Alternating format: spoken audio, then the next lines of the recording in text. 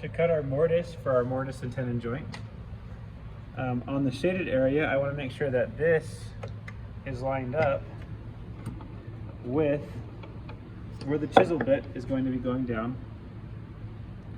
into a piece of wood. I also want to make sure that when I go to my maximum depth on that it lines up with my depth line, which should be matched up with my tenon on the piece of wood that's going to become the apron of this leg and apron combo. So to set that, I lower this down, I eyeball it so that I'm right on that line, and then there's a stop block on the back of the machine, back underneath here, that I can tighten in, and it stops it from going in. After I have the chisel bit's depth cut set, I'm going to move this until I have it in line with my marking. So I like to get nice and close with my bit while holding it up against the fence. I move it back and forth. Then we lock it down using these clips. And now we have that set up done so that if I cut along here, I will have that set up in the right place with all my cuts. So now I've got to line it up with my first hole that I'm going to drill out.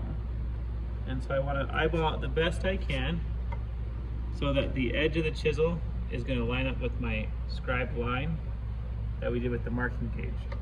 Once I have that lined up, I'm going to take this, push on it with my thumb, and tighten it down. And because I can't quite reach this one, I'm going to use a clamp to help keep this tight against this fence while I drill. I'm going to turn the bit on. I'm going to hold the piece of wood down with my hand, and then I'm going to begin plunging the bit into the board. I'm going to do what's called peck drilling, so that as I'm drilling, I'm not trying to take too much at one time.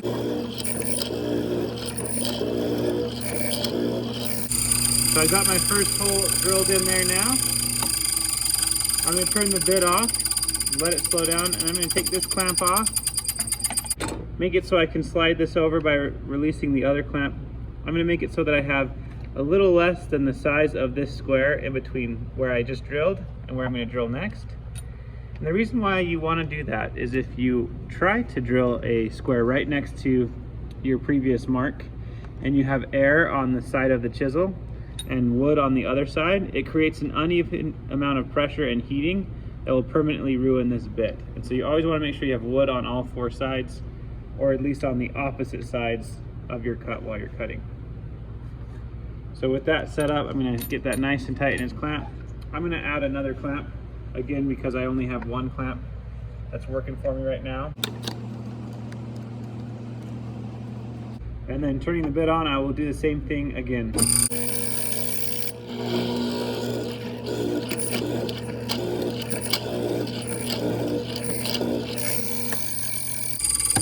Alright, remove my clamp. I'm going to slide it over. And this time I'm going to line it up with the other side of my cut.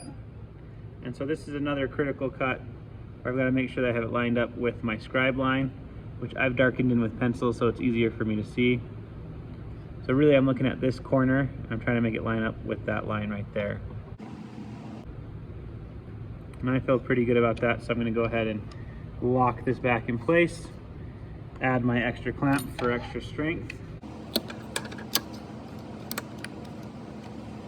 And then I'm going to go ahead and drill that.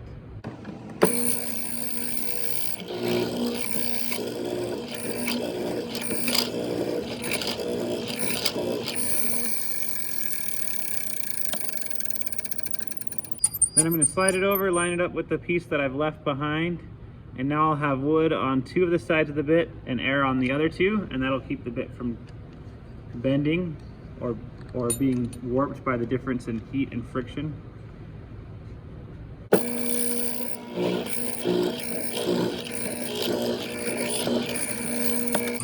And then we've got just one more to move it over to.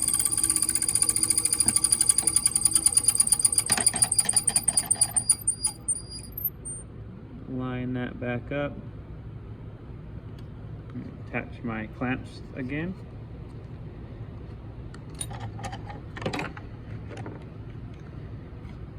Okay, and then I'm going to go ahead and make my last cut.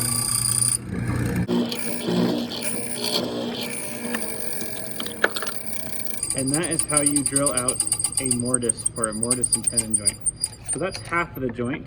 I still am going to have to take a chisel and spend some time cleaning the inside of that out a little bit so that my mortise will fit nice and snug. You can see that this one has a nice and straight line. This one kind of had some issues. The bit might have flexed a little bit when we first started drilling. And so I'll take a chisel and clean that out so that it fits a little bit tighter than if I were not to do that. For the tenon part of the mortise and tenon joint, we'll be using the dado saw to cut the tenon out, just like we would cut a couple of rabbets. So if we look at the end of our board, we essentially have a rabbet right here, a rabbet right here, a rabbet there and there that we're going to have to cut. So the first thing we're going to do is we're going to set our blade height up to this dimension right here, and then we'll make those two cuts and check the fit, and then once we're done with that, we'll set the blade height up for the other cut. The way I like to do that is I like to put this next to the blade and then lower and raise it until I see that the teeth at the center of the blade are right where I want them to be. So I'm going to go ahead and double check by looking close at it. You want to kind of undershoot it, and if you're not sure if you're exactly on the line or not, because you can always cut more wood off, you can't add wood back to the piece of material. The next thing that I'm going to do is I'm going to have my combination square set so that I have the material amount that I want to cut off to my scribe line from this end to the part of the square right here. And I'll take the square and put it up against the blade and check my spot to see how I'm doing.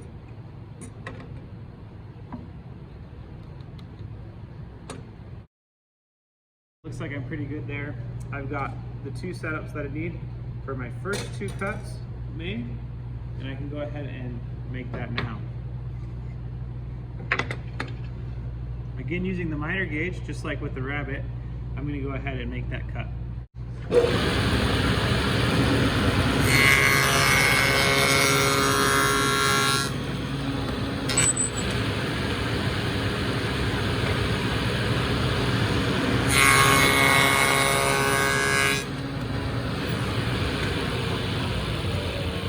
After I've made that cut, I'm going to check my fit to see if I can slide that corner in there. It looks like it's a little big still, and so I'm going to ease up onto that line.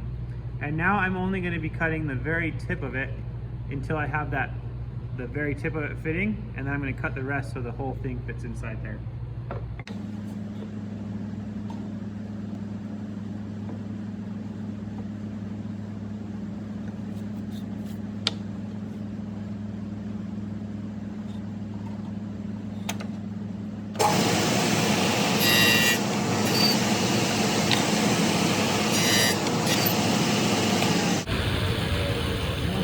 Check my fit to see if it's fitting in there. It looks like if I go up a little bit more, I can make that fit inside there. I'm still a little large on that tenon.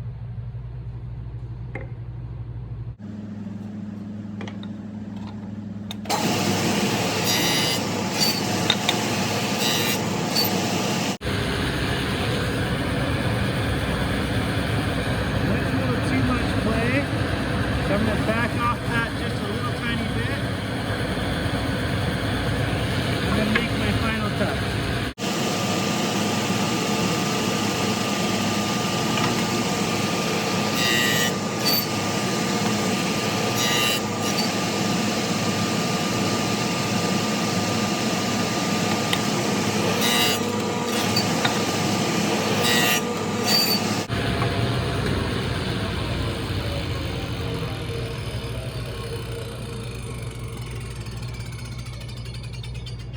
So now I've got that fit pretty nice. What I've got to do to make it so that this can fit in there and in place is I've got to cut my shoulders off now. So I'm going to have to raise the blade up so that it can cut right into there. And then I can make that cut. Next, I need to set the height for this cut where I'm going to be taking off the shoulder of my tenon. I'm going to do that by using the same square that I used to set up the fence. I'm going to raise the blade up until it about touches the bottom of that square. I'm going to try that for my first attempt, and I'm only going to be cutting a little bit on each side to see if it fits.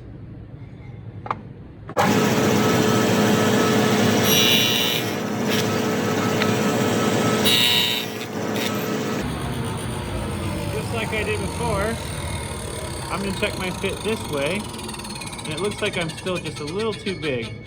And you can see the difference between the scribe line and the line that I cut. That's how much I need to raise the blade.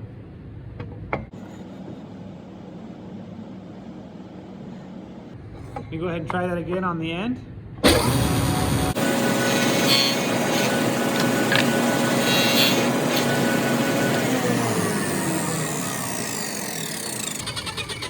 And with that check, I've got a nice good tight fit on there. And I'm going to cut that along the whole side to see if we've got our winner there.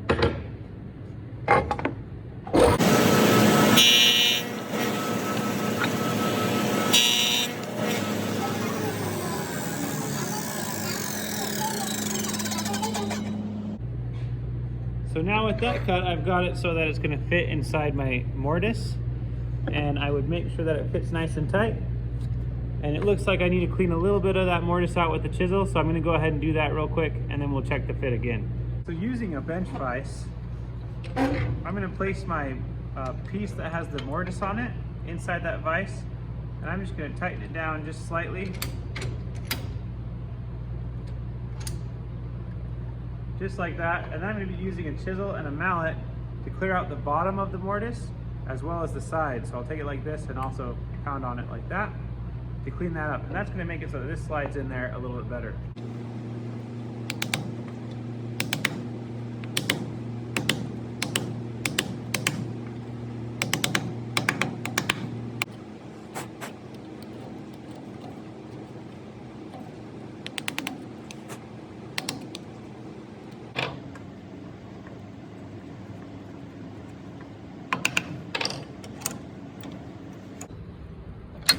So now with that mortise chiseled out, we've got a really good fit on this mortise and tenon joint.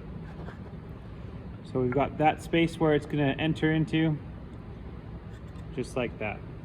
Sometimes you do have to use a little bit of a mallet to help you get it nice and tight. And that's how you cut a mortise and tenon joint.